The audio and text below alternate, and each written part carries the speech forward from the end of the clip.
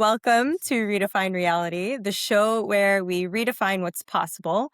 Every guest who sits with me shares their real story, not their highlighted reel. This is of who they were, what broke them open, the journey that brought them to who they are now and what they are now, because somebody out there needs to hear that transformation.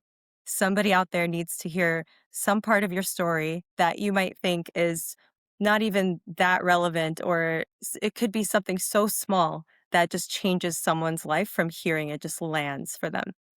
So Well, today I am sitting down with Nico Cannon. Is it Canon? Canon? How do you say your name?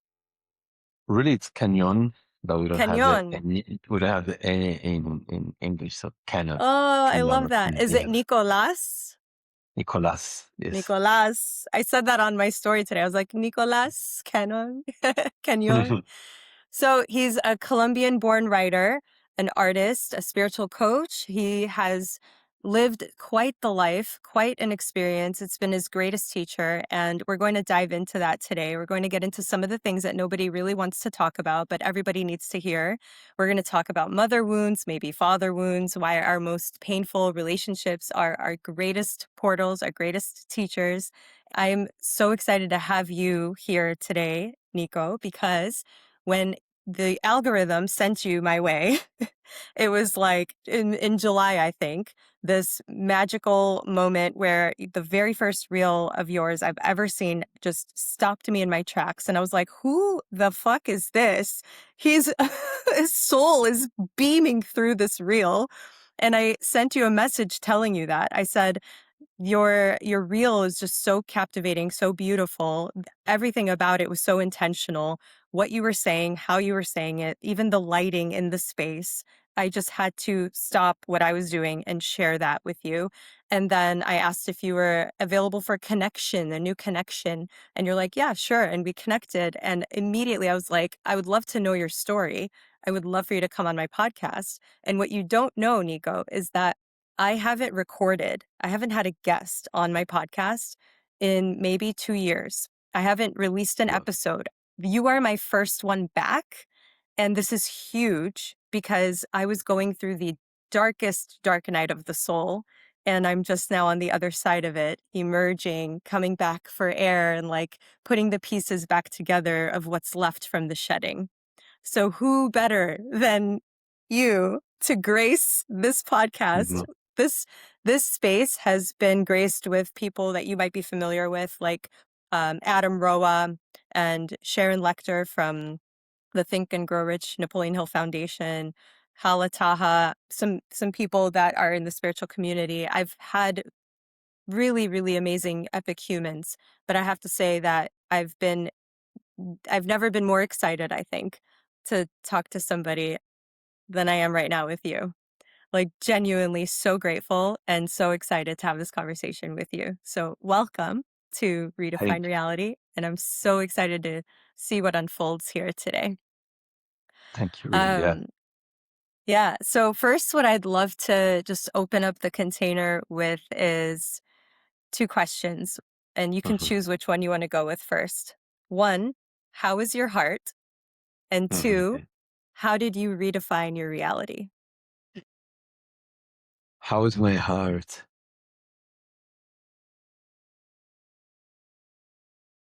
It feels very available right now.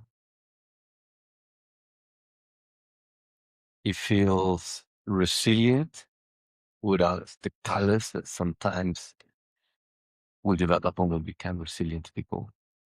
So resilient not in the way of I'm tough, nothing bothers me, but in the way that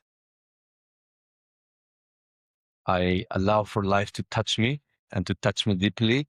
And whatever life chooses to touch me with, whether it is grace or challenges, pleasure or pain, I'm a big yes to it. I am a willing participant in the game of life. Therefore, I feel I am resilient.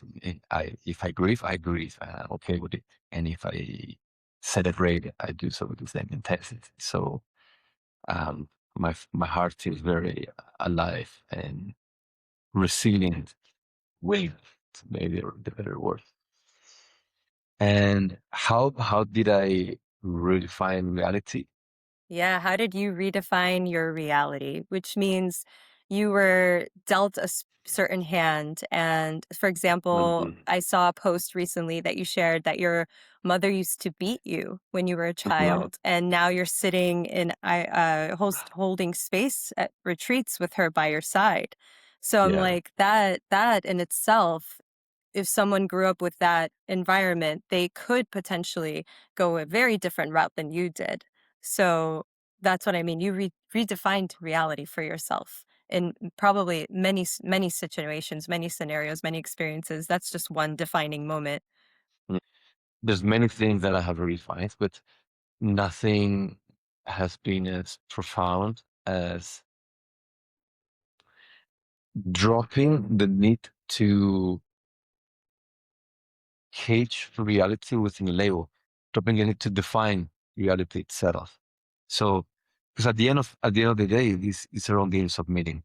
What happened happened. I can't be miserable because of what happened, because the story I tell myself about it. I can be empowered because of what happened, because of another story that I tell myself about it. But I've come to realize that the both stories, okay, one makes you gives you a more comfortable life, a life where you make more money, have better relationships. Like, cool. Another one makes you miserable, makes you victim, makes you sick, isolates you. But none of those makes you free because both are stories, both are ways in which you are defining reality. And the moment that I am defining reality, I am disconnected from it. It's like if I meet a woman and I'm in love with her and we're having our first kiss and I'm thinking, what does this mean? I'm a boyfriend, girlfriend now. Like, what's the definition of what we're experiencing right now? I've Yeah. lost the moment. The moment that I'm looking at the sunset and it's about to touch my heart and I'm about to go into tears because of how beautiful it all feels. And I start trying to define it. Oh, what does this mean? Why is it so orange and so red? And what does it represent in my life? Like, what's the mental cage that I place around this present moment?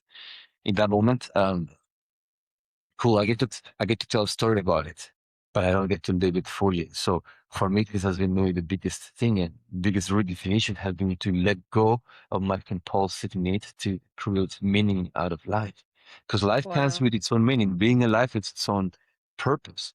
It's like, what's the purpose of this? What's the purpose of that? To me, that's where the question of definition comes towards. What's the purpose of the educating life by my mother?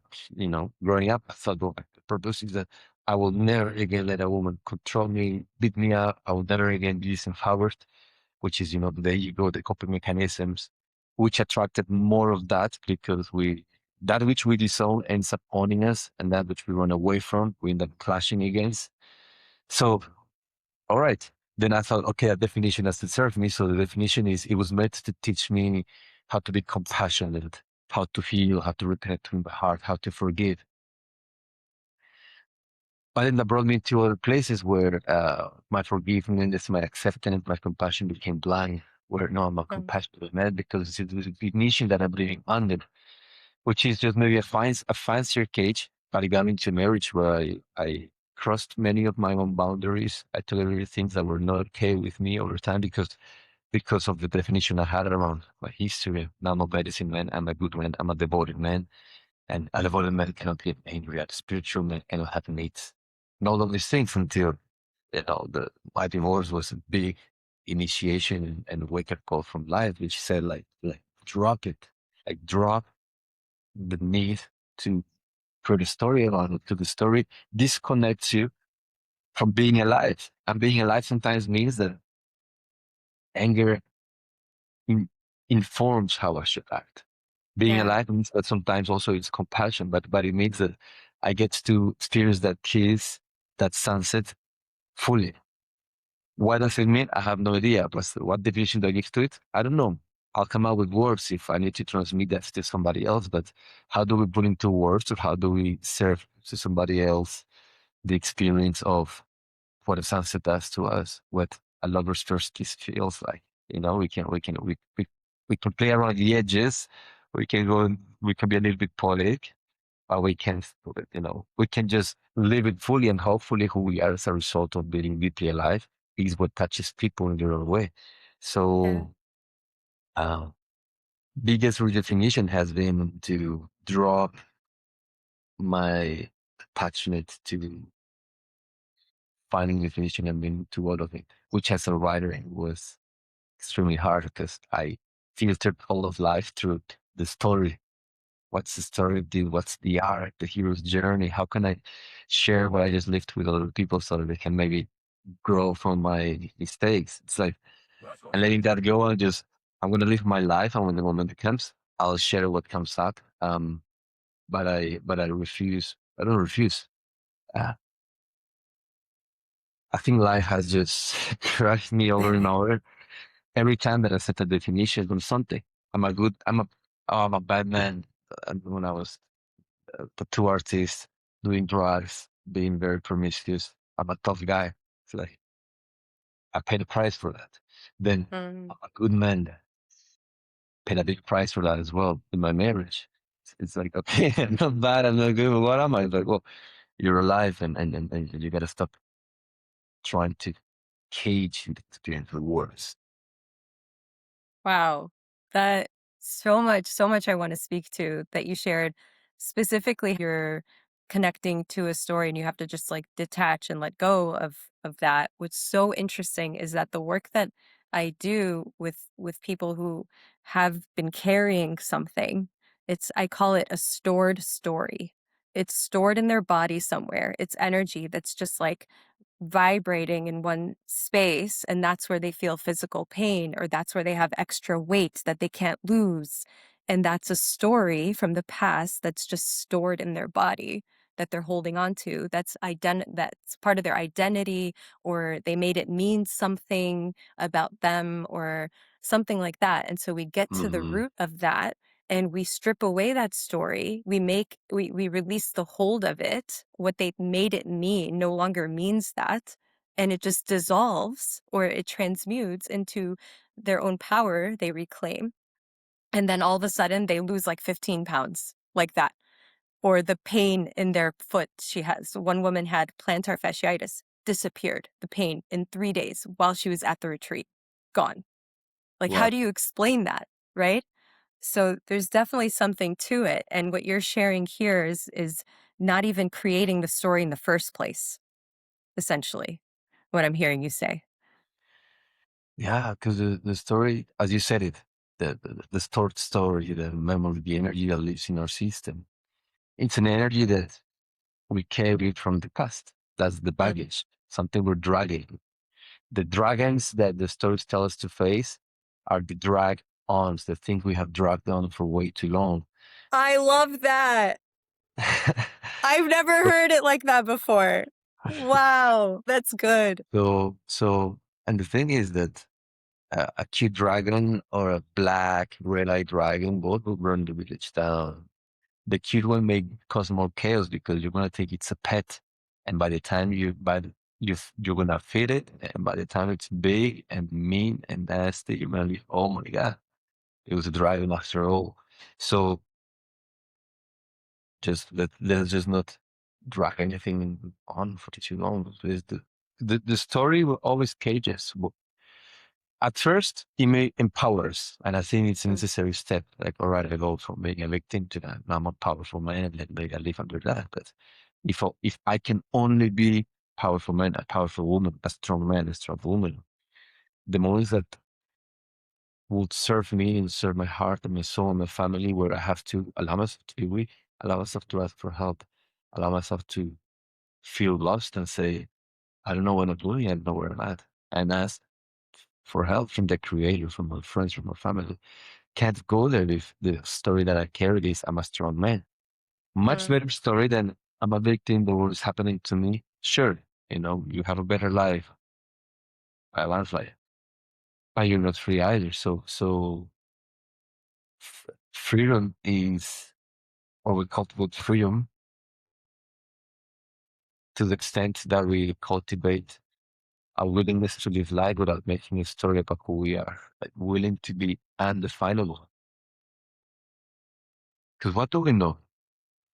Everything could change tomorrow. We could, I don't know your story, but I can imagine that you have gone through many deaths and rebirths, Oh, that yeah. whom you were has shifted so many times in ways that younger you will not recognize. She'll probably admire and look up to me. What we became her, and in ways that you may look back and you can, and when you talk about your own story, you may say, "Wow, like, it feels like another lifetime. Like that's a completely different human being." And I promise you that in 5 years, in 10 years, you're gonna look back at today, you're like, I can't believe I was doing that and getting beaten by mosquitoes as I recorded this thing as you're in a new chapter in the face. And so on. So ultimately the stories will pass. But if we cling to them, we become rigid. And um the happiest humans alive, like who are it? Who are the happiest humans? The ones that aren't awakened. Just kidding. Ignorance is bliss, man. I'm telling you. Mhm. Like the more I learn, the more I'm like, why did I ever learn this? Sometimes I wish I didn't know a single thing that I know. And I was just working a 9 to 5, making my paycheck, didn't know about the corruption in the food system and pharma and all this shit. Sometimes. I'd, I'd say it's a big responsibility uh, to live a life of agency, and it comes with big rewards for sure. I'd say the happiest human is we have for life are children. They're both, Children. Oh yes, yeah. yeah, yeah. Before the And adults ruin them. yes, before you start carrying a lot of baggage and the faces get heavy, and The mother wound, the father wound. yes, and if you look at children and you compare them next to like the elders and the bitter old humans, without going into stories, without assuming, projecting, oh, the child, it's a child, so it must be happy. It's an old person, must be miserable. Just by looking at them, both of them standing next to each other, walking back and forth, the main thing that you'll notice is rigidity. The old person has sedimented. Their body shows it, like, there's old people are kind of like stones. Yeah. That's why Yeah. when they fall, they break. They're so rigid that they break everything. Children fall probably 100 times more often in harsher places than old people, but it's more rare that children break something because they're flexible. And the flexibility, the dynamism in the body is not just of the body, it's also of the mind, of identity as well. Children can shift, like it takes one trauma and they're going to turn into a completely different human being.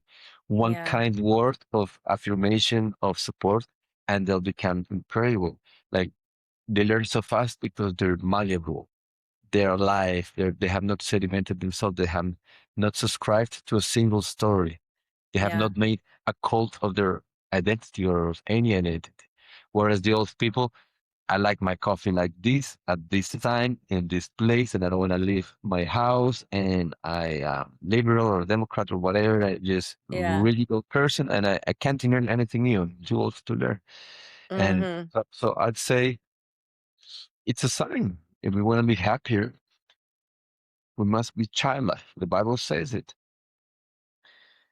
but not childish. Childlike wisdom, but moving towards a state of being a full yes to life, being flexible, meaning like today I'm the way I am, and tomorrow, uh, like Gandhi said, I'm committed to truth, not to consistency.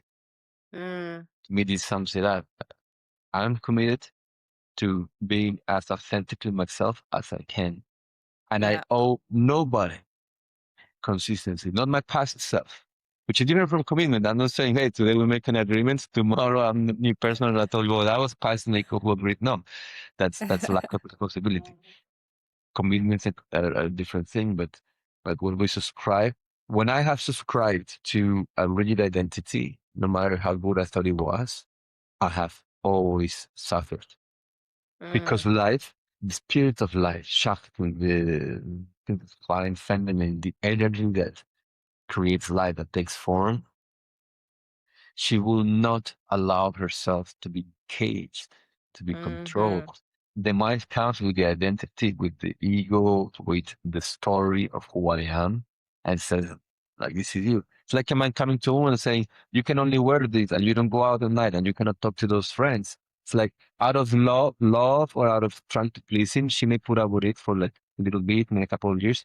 She's gonna hate it. She's gonna rebel. She's gonna cheat on him, or she's gonna break the family apart, or she's gonna create so much drama that the guy's gonna be down with it and they're gonna have to break you apart because the feminine cannot and will not be caged. Mm.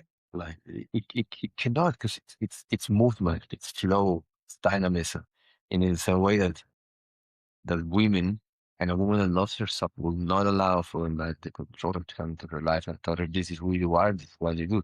That's the death of a marriage or of a relationship is the moment that we think we know who our partner is, because I need we stop paying attention. We take it for granted. I know who they are. I don't need to check again. I don't need to ask. I don't need to be curious. I don't need to be present to who they are because I already know them. That's where relationships die, because we have put a mental label on life. And life will keep changing. And it will change more drastically the more that we try to cage it. The more that we compress it like a pressure cooker, it's gonna be like, you know what? Fuck you, it's gonna explode on me. Like you don't put me in a cage. You can't, because it's law, it's the nature of life. So in the same way, that the moment that I do that with myself, the moment that I take my life force and who I am, and I try to reduce it to, a 3 sentence body, or an elevator Yeah. pitch, or something to communicate, to convey to somebody else, I'm doing a disservice to everybody, especially to myself, because sooner or later the shoes are gonna be too tight to wear. No matter how Yeah. beautiful they are, I'm gonna have to let them go. It's so true. And everything that you're speaking to with relationships now, it reminded me of when I first started seeing your content, and it was about relationships mostly. You're a dating coach, relationship coach Mhm. for the most part. When did you start relationship coaching? I was pretty young, actually. I was hired by this company. I was 21 as a dating coach, Wow. but I How old are did that you for now? 35. Okay. Yeah, I did that about I just turned 41. Can you believe it? Like what? Like what? No. So you were a tattoo artist, and then you had a big heartbreak, and then you went into relationship dating coaching, and that was for you. You were going into that to find answers for yourself. I read that was like you going So on a journey for that, to learn about that yourself. yes, so the dating coaching and tattooing were side by side. Like I was a tattoo artist full time and a dating coach on the side. Nice. Tattooing paid my bills, but coaching was a nice paid hobby. I would travel the world, speak at conferences and things, but it was not. I did not take it seriously in the sense that I did not make it my career back then, but I enjoyed it. And we held, a company that I worked with, we held retreats, conferences, workshops 3 times per year around the world. And I was doing these two side by side. And then the breakup happened, a big heartbreak happened in my late 20s. And things wrapped up in a very toxic way. It was ugly, it was painful, it was nasty. The worst sides of me came up, the worst sides of her as well. And here's the thing: 2 weeks before that happened, because back then I was convinced that open relationships worked, and Mm-hmm. and I had confused my partner's silence and compliance for her eager involvement in what I suggest. I think out of fear that I walked away, she said no. She agreed to the things that I don't think she really wanted or was excited for. Opening the relationship being one of those. So um, I was like, I spoke at different conferences around the world on, hey, this is how you open up your relationship. This is why it's so great. This is why it's a good idea. This is how you have a much more spicy sex life with the woman you're dating, with your spouse, whatever. And I was convinced because I thought it's working for me and I'm having fun, and she seems to be having fun. And I remember one day I woke up, I don't know, I was like 27, I believe. And I was very arrogant and ignorant at the same time, just naive. And I woke up and I thought, wow, I think I got it figured out. I have my girlfriend, I have like playmates, there are women. I thought I'm a Mexican one is a tattoo artist, but I thought I think I've understood everything there is to understand about women and relationships. I mastered the game. Imagine a 20-year-old thinking, I got it. Every moment I understand it. And easy to, I believed it that in my mind, I thought, I got it handled. I understand women. And that's when 2 weeks later, life pulled the rug from under my feet, being like, "Oh, you think so? You're so sure?" And then it all dropped, and it was painful, and it was painful because everything I thought I knew, and I had spent by then, like, yeah, around 6 years working as a daily coach, learning, studying all kinds of books or whatever. I really thought I knew, but life is showing me the opposite. It's like, "Oh, you think you know?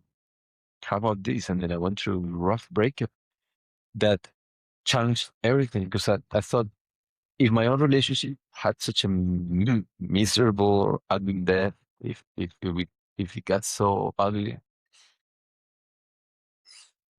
I don't know what I'm doing.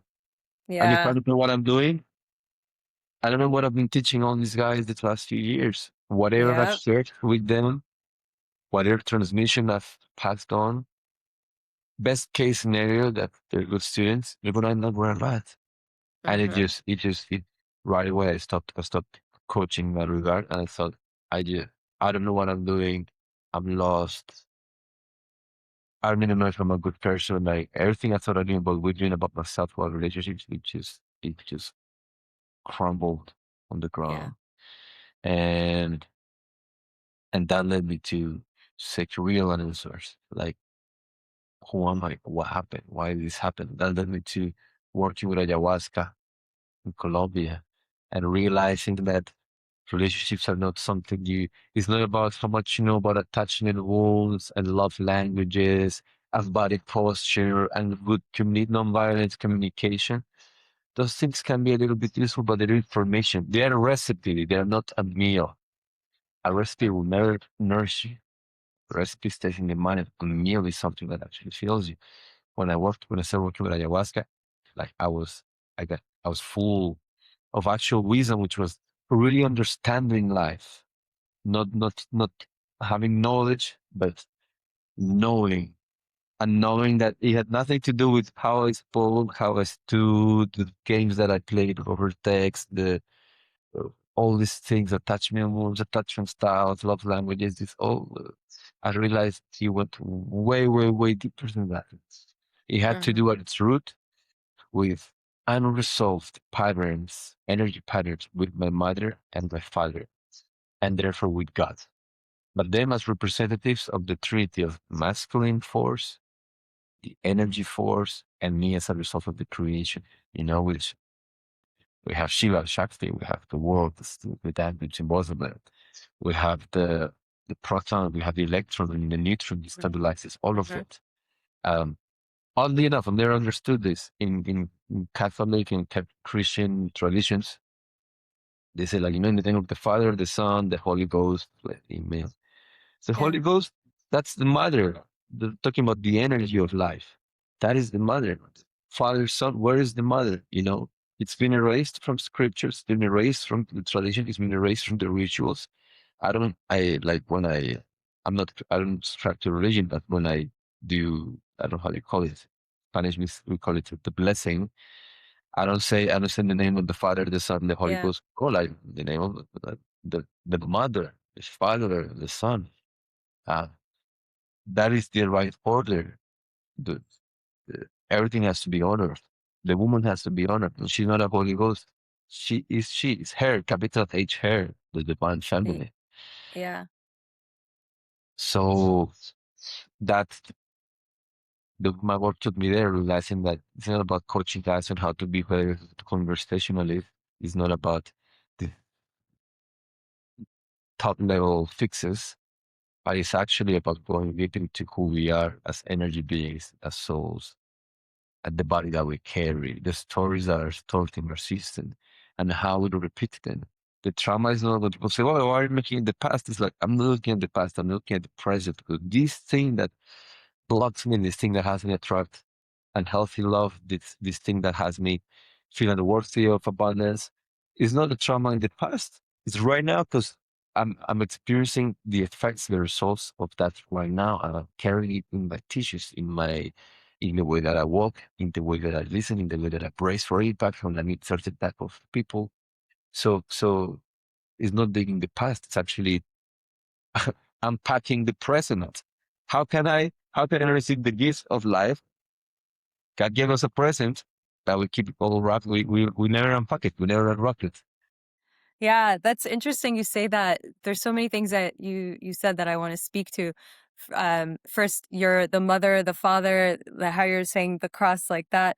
That's interesting. I never realized that that was the missing piece, but I did recently discover that there's in my culture, my ethnicity, my background, I'm Assyrian, not Syria, Assyria. So Mhm. like ancient Babylon, Mesopotamia, back in the Mhm. day when the day was back in the Bible or in church, in Sunday school, in all of that, they never, ever, ever, not a single time mentioned the goddesses that exist inside of like ancient times. For example, Inanna, Ishtar.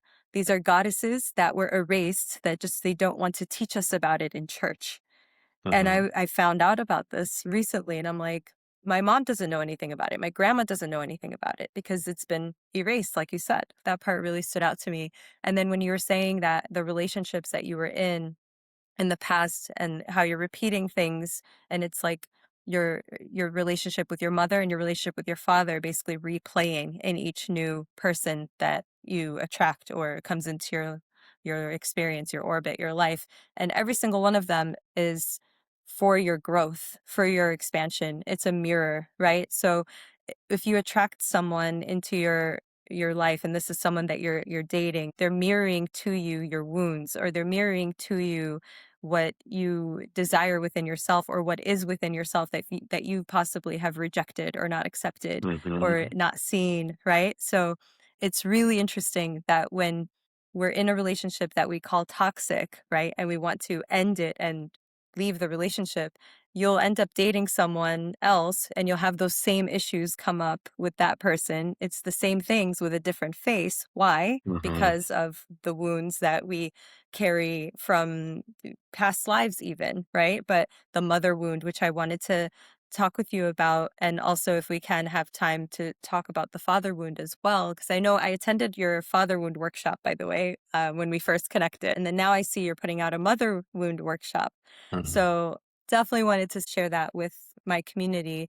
When is that workshop happening? The Mother workshop is happening on May 21st. May 21st. Perfect. For someone who has never ever heard of the mother wound, how do Yeah. you describe it to someone who's never heard of it before? Rita, what is mother wound? I've never heard of this. What Yeah. is it? In like the most simplest terms that you could tell somebody. Mhm. The Mother is really our relationship with life. We come up with all of kinds of ideas, oh God, and the masculine and the feminine. And if we ground ourselves in this reality and we drop the woo the assumptions, the stuff that we correct, that we believe that somebody else told us, and they looked wise, and they sound wise, so we believe them. All of that apart, what is true? The truth is that we needed a mother and a father. We all had a mother and a father. And the father is the one that gave the one sperm, and the mother is the one that gave the one egg. As simple as that. You can Right. be adopted, whatever, but we all have one father and one mother. We just state we start growing in our mother's belly, which so we're deeply interconnected with her. What does this mean? It means that as we are becoming these little humans, her thoughts are our thoughts. Her stress is our stress.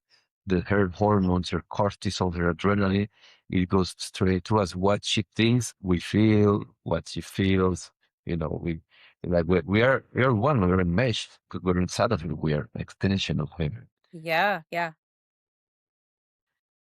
So as soon as we have some degree of awareness, our mother she's God. Like this is the thing that is creating me. This is the thing that is loving me to my development. It's also within her that we become self. conscious of self. Like, oh, I am alive. I mean that. So my relationship with my mother is determines my relationship with myself. Because within her, I got this first experience of being. My relationship with my father represents my relationship with the world. He is ideally the first face that I look when I'm born, and he represents what's outside. The mother wound, therefore, is about self-worth, self-love, joy, feeling that, like feeling safe in life. Like I deserve to be alive and I'm cared for by life. With the father is, like I in effect, I know how to navigate life. I can do what I need to do in the outside world. I don't have fear. I feel strong to relate to things that may be challenging. So the mother won't start because nobody has the ideal mother. We all have a perfect mother. She's the perfect mother that we needed to have because 1 month too early, 1 month too late, and it wouldn't be as that would have been alive. Mm, A different kind of mother for sure. That combination would not have made me. So she's the perfect one. My father is the perfect yeah. one. May not the most ideal, may not the most healed, but the perfect ones. And the moment that that relationship with her breaks, the moment that my relationship with my mother breaks, it's not just her as a woman that I get resentful or bitter with. It's what she represents. And she represents life, my ability to receive, also my ability, Mm-hmm. my relationship with myself. So the mother wound shows up in different ways. It shows up as a lack of self-worth. It shows up as a not enoughness. And this can be like people who achieve, and I have a good family, I have a big house, I have a big car, my bank account is doing well, I may even be healthy, and I just don't feel fulfilled. Nothing is good enough because I don't feel good enough. The mother wound is also my ability to feel worthy of receiving or being cared for, feeling like no matter what happens, I am taken care of. So that's what a child with a healthy mother feels. No matter what happens, mommy got me. As a little baby, as a Mm, little kid. That's rarely the case. Usually, it's not mommy doesn't only not get you, but she's sometimes the one that the punishing force or yeah. the traumatizing agent. So the moment that we disconnect from our mothers, we start distrusting life and distrusting ourselves because mommy is angry. Oh, this is an unsafe world. But also maybe there's something wrong with me because mommy is God. So, Mm-hmm. so if there's something wrong with God and this life is fuck everywhere you go, you look, or there's something wrong with me and maybe some more people are fine and maybe if I just fix myself, I'll be fine, which is what child thinks. Because the other is unbearable. You can't live with thinking that your mother is bad or evil when you're a kid. Yeah. So, so the moment the trauma comes into the picture, we're like, this is an unsafe world and there's something wrong with me. And the problem is that the mother wound is not just that memory of my mom beating me up in the past or her being emotionally volatile or upset. The problem is that that story, I guess, stored in the body of there's something wrong with me, I'm unsafe, will recreate itself. I will date women. I dated women that were just like my mother in the way that I rejected her. And the more that I tried to run away from whom she was, the more that I found myself exactly with a woman that recreated those wounds for me. In the same way, the mother wound is also about abundance, my ability to receive. If you're worthy of abundance, receiving money. Same, if I don't feel worthy being cared for, taken care of by life, it's like when I'm about to charge for my work, like, this whole emotion, and this whole emotion is not because you're gonna say 1,000, 10,000, or 100,000 for something. This emotion is Yeah. because I don't feel worthy of receiving because something was not received with my mother.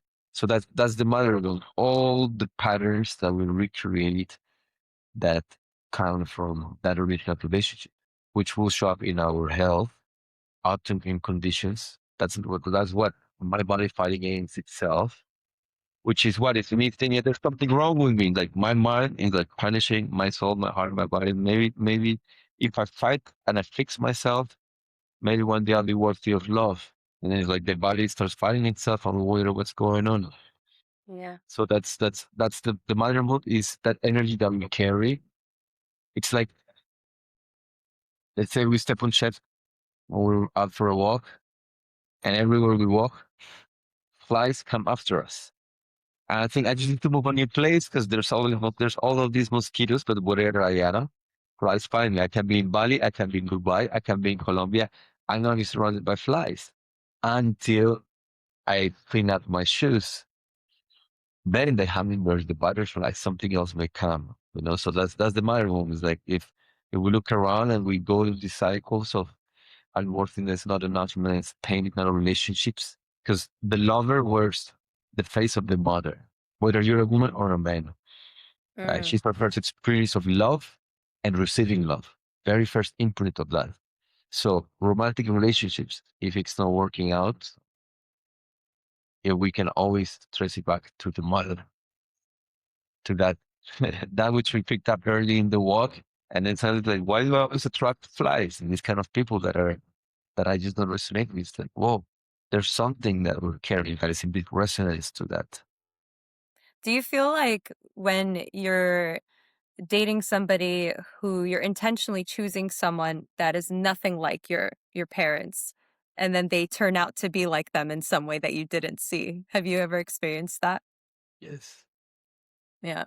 For example, growing up, my dad was always drinking, gambling, things like that, and my mom, and their relationship, they weren't close at all. There was no like emotional connection or display of Hmm. affection, like at all.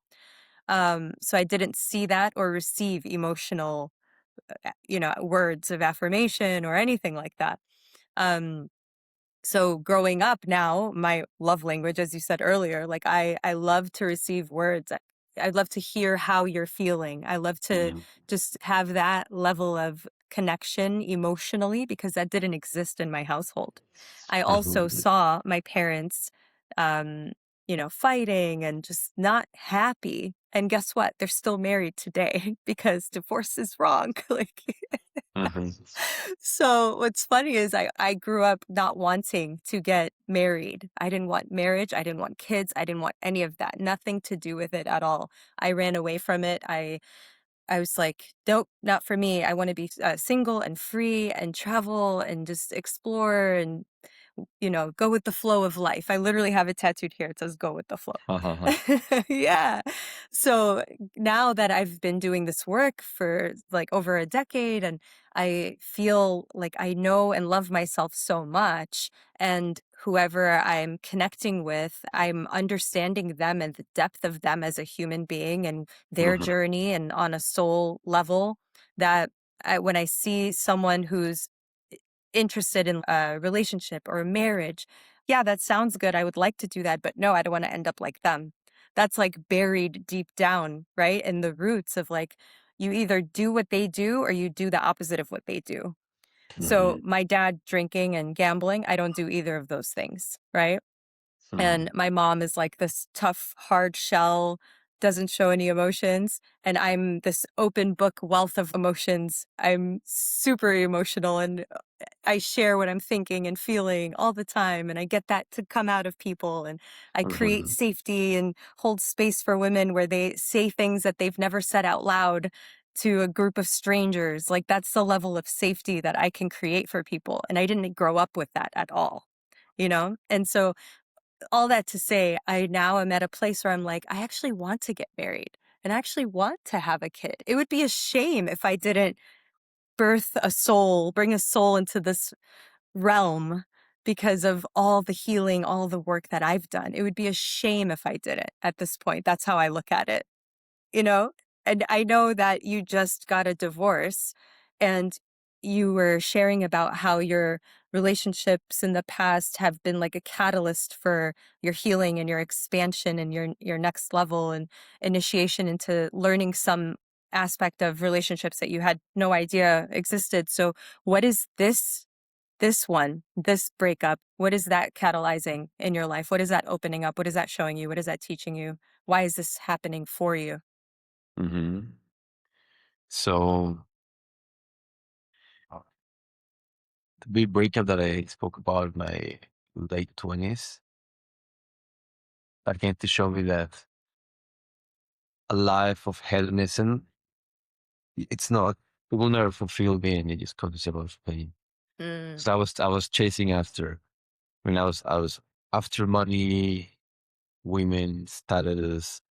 Back then I was sometimes I was eating 5 to 7 times a day, taking steroids for like 3 months. I was 200 pounds of mean muscle, and I thought, like I thought, okay, I'm a tough guy, and I have a few girlfriends, and I have a plastic bag with cash at home. So I'm a tattoo artist, so I was paying cash. So I All thought the that, things you should have, right? All yes, the yeah, things you should have. yeah, the things I was sold as a guy, as a young kid, that's what it means to be a man. You have big muscle, you're tattooed, you look tough, you have a few girlfriends, you're a bit of an asshole. And it just caused a lot of pain, so much pain. And the drinking, the drugs, all of that, shouldn't moment, it felt like having a great time. It's just, there's a price that is paid, and I paid a big price for that. A couple of Mm. overdoses, and then I realized I can't keep going down this path. Then when I started drinking medicine, very soon afterwards, I met my ex-wife, and for the first time, I started considering maybe maybe marriage is a possibility for me, because I did not before that. I thought I'll never get married. I'm never gonna get the government involved in my private relationships. But then afterwards, I started seeing myself in a different light. Like, I'm not this kind of guy. And I realized the medicine taught me about virtue, about being honest, about walking in integrity, about a life of beauty, of love, of Mm. service. And then I thought, okay, this feels much better. So then I dedicated the last 7 years to like being a good man, like being a man of service, a man of God, a man of money, marriage. To the degree that I could, I was far from being a perfect husband, but I really tried my best. The problem is that I was trying to be a good man, which is not the same as being a real one.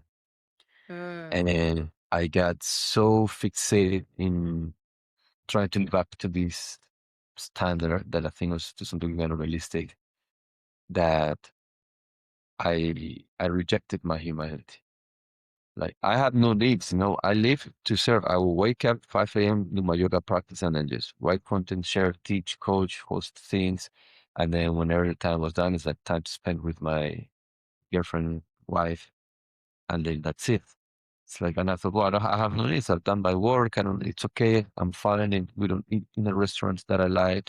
I'm flexible, and not a big deal. Like literally, I'm just here to serve. I'm here to serve. I'm here to serve. And I took pride in that, in the fact that, like, yeah, I'm fine. I feel good about myself. I'm here to take care of others. My life is to be used to serve others. That's it. And what the divorce taught me was that, um, if love, I cannot love someone at my own expense. Because for love to come towards somebody else through me, it has to touch me first. The first member of the audience from any musician is himself or herself. The first person, the closest one to the mouth is the musician's ears.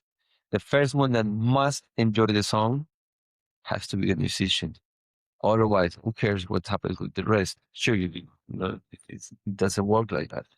It's like I don't get to hold a light, like a torch, and remain in darkness myself. Like, no, I'm just holding the path towards you. Doesn't work that way. It doesn't work that way. So life taught me that, hey, this story that I have created of being a good man, being a medicine man, being a man of service, that was just as painful as the other one. Maybe on the outside I had better circumstances. I got married, I got discipline. I took better care of my health. A lot of people appreciated the work that I did with it. I helped transforming people's lives. But towards the end, my direct experience of life felt to some degree empty. I was like in this bubble where just I've abandoned myself just to be here for others. And I learned when this marriage ended, I realized first I felt guilt and shame and regret, and maybe I could have done things differently, and maybe it was my fault. And only if, first I went through that wave of feelings. But then I thought about it and I'm like, what? Like at the foundation, like, what was the source of all the things that happened that had us separated?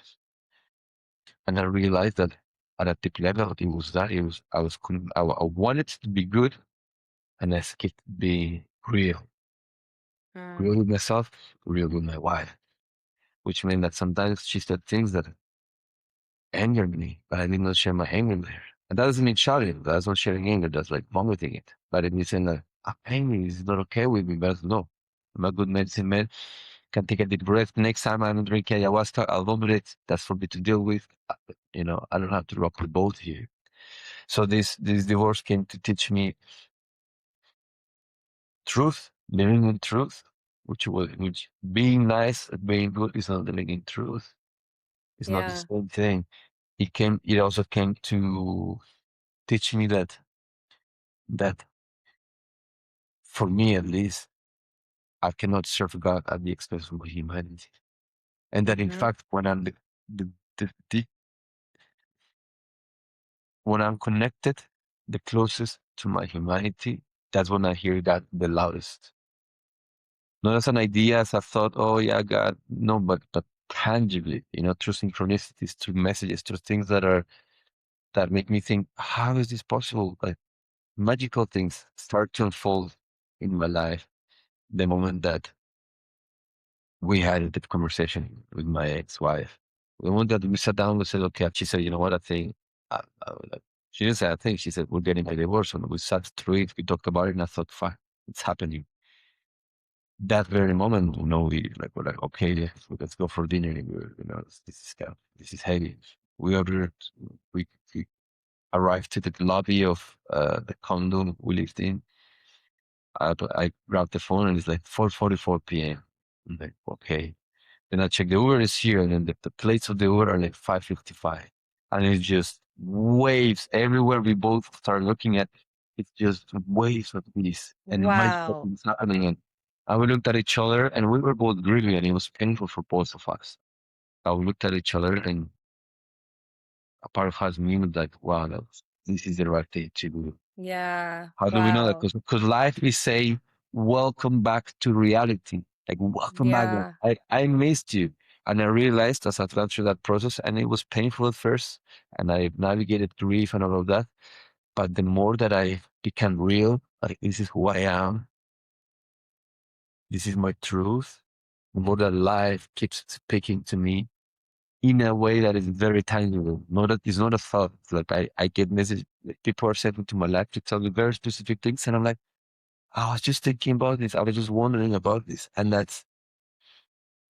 I was like, living in truth is what? Is that I am willing to look at life as she is, as it is, as I am, without trying to like put some makeup on her.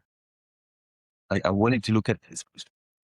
In the Hindu tradition, there's Shakti with her tongue out and dancing in the heads of Mm-hmm. her past lovers. And there's a part of life that is like that is difficult to look at, that is scary, that feels heavy. But like a woman, like a little girl that is dancing and says, "Mommy, mommy, daddy, daddy, look at me, look at me, look at me." The fastest way to get that girl to get more intense is to not look at her. They would Yeah. look away. They're gonna scream, "Daddy, mommy, look at me!" Why? She just wants to be seen in her dance, and whatever she's dancing, and then it moves on. Shakti, the great mother life, she'll sometimes bring us with one of her darker, less pleasant faces. That's pain, that's ending, that's grief, that's something difficult. And if we look away, the movie just stops. But it not only stops, sorry, pauses. the audience gets louder because she wants to be seen in her dance.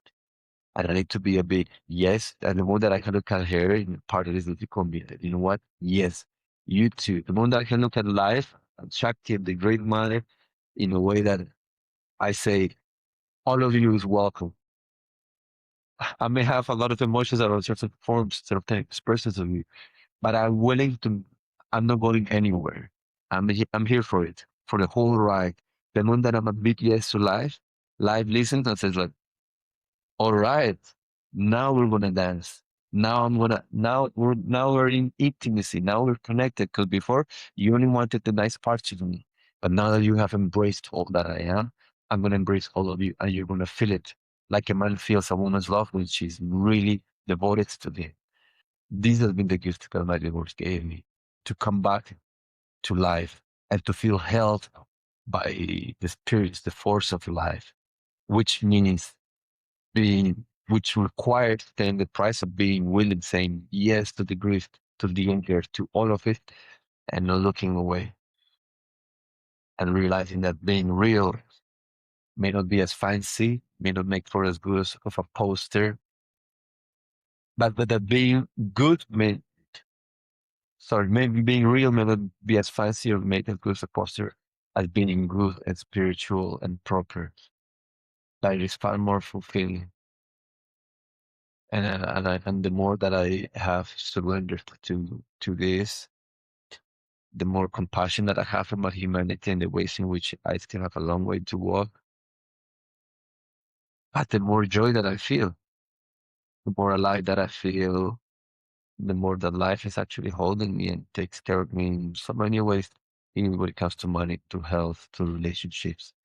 So I had to let go of the picture perfect love, which I think my ex-wife and I were. For many people, we were the medicine couple. We were necessarily hosting ayahuasca retreats together, helping people heal together. We were like the but Yeah. to disappoint a lot of people, starting with ourselves, to understand that, you know, love is not this curated, manufactured, pastel, pretty image. Love is like, it's raw, it's real, it's this fire that sometimes burns, sometimes brings light. And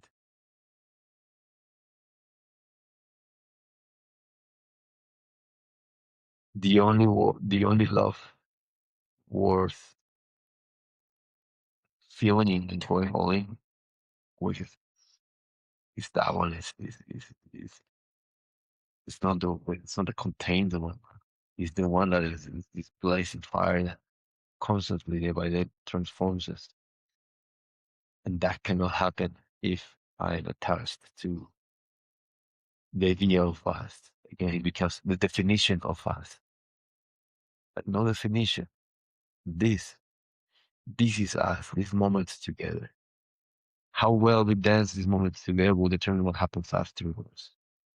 But we turn our sights away from how we're gonna dance. I'm gonna step on your toes and you're not gonna like it and you're gonna pull away and I'm gonna feel, why is she pulling away? And then we get into this, we create meaning and then we go into all this.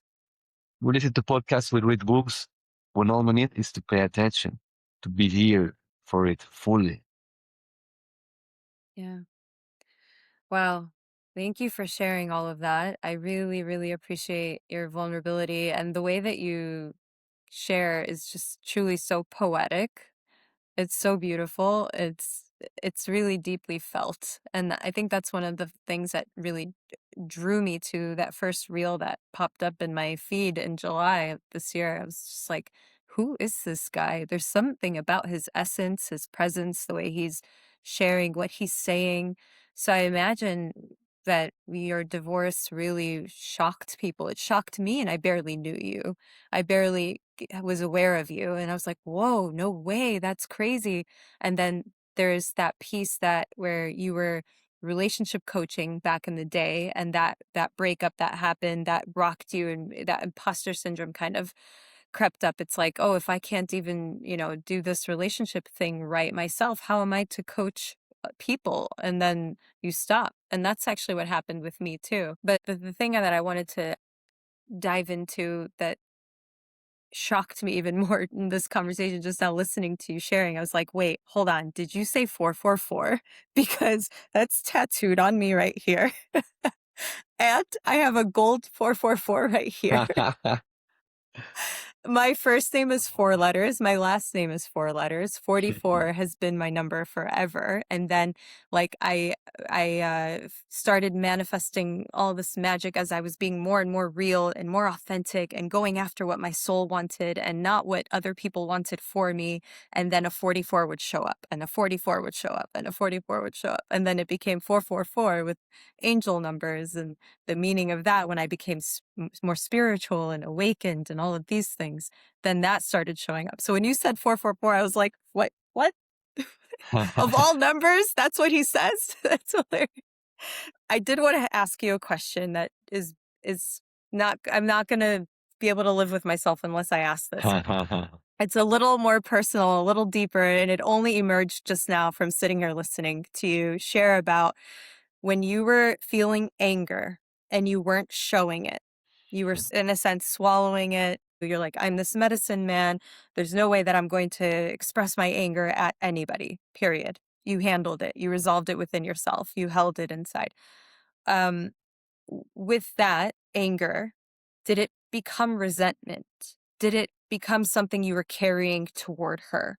Did that create energy between you that was felt, that was creating like a wedge, so to speak, and kind of dividing you, separating you? Was that something living in your body that was Mhm. felt? And if so, did you experience any physical symptoms, any pain in your body? Did you get sick? Did you get Mhm. diagnosed with something? Because this is what I find in the work that I do is that they are carrying shame, and shame equals like 15 pounds and some chronic foot pain or arthritis or high blood pressure. They have these things, and when I help them resolve them, they all go away along with 15, 20, 30 pounds like that. So I'm Mhm. curious, did you develop some physical issue with that? Yes, yeah.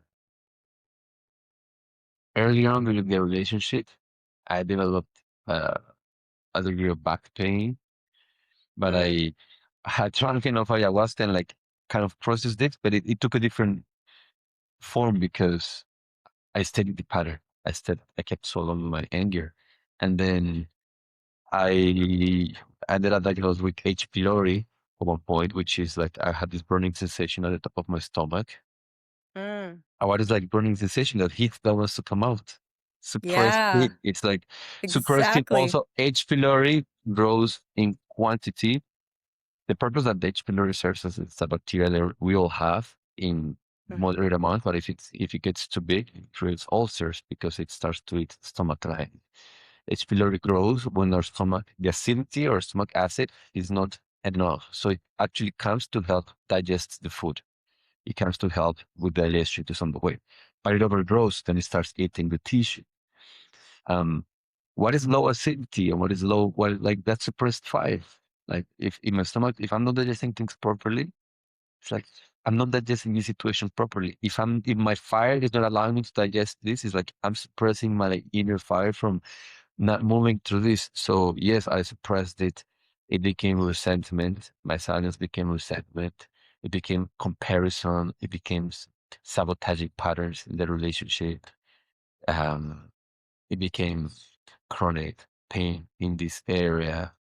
And actually, like, I mean, I, yeah, and the more that I started working through the physical symptoms and through the relationship, the more that things started to get better and subside. And but yeah, like 100%, I get sick through that.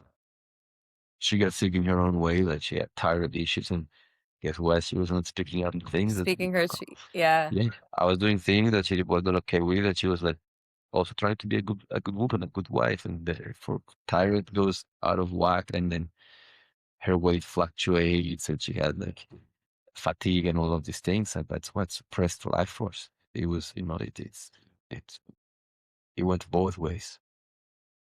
it's so true. Wow. I love that it came full circle to this because this is something that I see in every conversation I have, when I find out what someone is carrying, it's reflected in their physical vessel.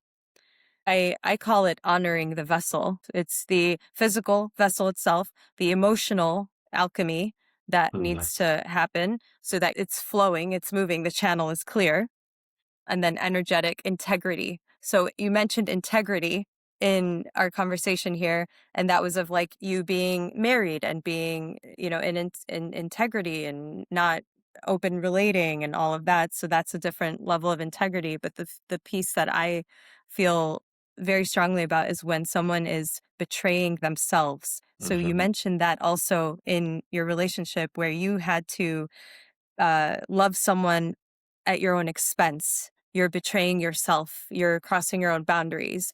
Mm-hmm. You're saying yes when everything in you is saying no. And that is creating disharmony in the body. And where there's disharmony, there's disease. And Mm-hmm. that's what I find. So these three dimensions, these three areas, if someone is in alignment in these three areas, then you don't have any illness, you don't have any issues, your vessel is clean, you're a clear channel, your mind becomes more sharp, your intuition becomes razor sharp. Actually, people have never heard their intuition, they never felt their intuition, they Mm-hmm. don't know the difference between it because they're putting things in their body that are toxic or not healthy. They're not taking care of themselves, nourishing themselves Mm-hmm. or nurturing themselves. And this is also connected to the mother wound, the father wound. They don't believe they're worthy of taking care of their own self.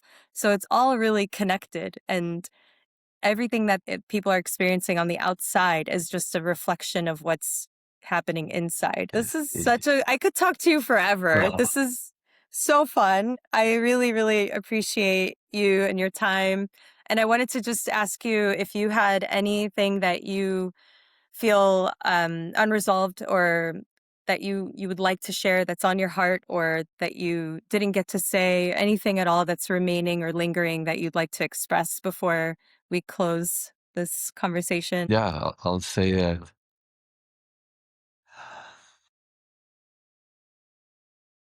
there is there is one day when we decide to heal, to change. It's a very specific moment. Before that, we're kind of trying, we're attempting, we're like, what's something better? But there's a moment that comes when we feel like it's a must, but there's no alternative. And yeah, what I want to say is that the sooner we get to that day, faster the easier our transformation or growth is going to be. And the only way to get to that resolution of, you know what, like, that's it.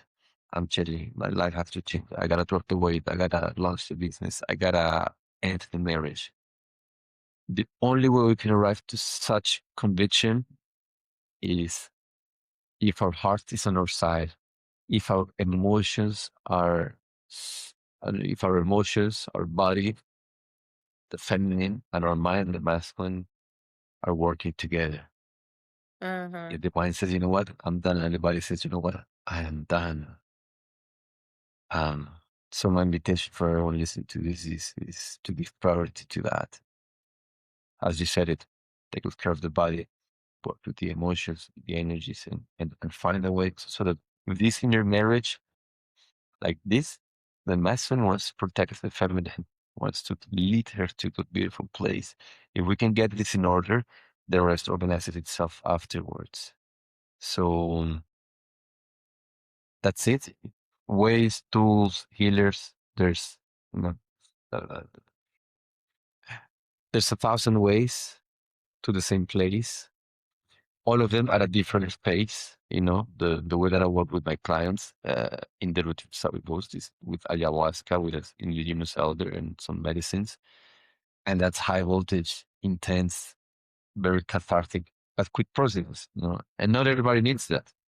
Yeah. Yoga, powerful journey, powerful tool, powerful path, different pace. So I invite everyone to notice, you know, what, like, to make the decision to change and then pick, like, what's the pace? Some people want to strap themselves to a Formula One car and just have the adrenaline and the willingness to go through it.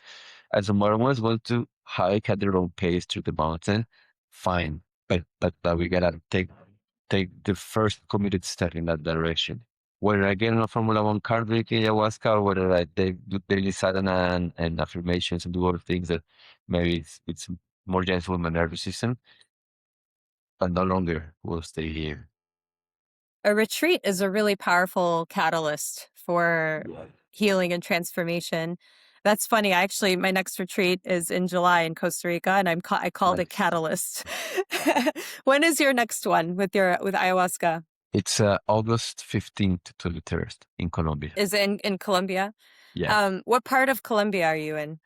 Um, I am in Pereira, but we pick up our retreat participants from Medellin.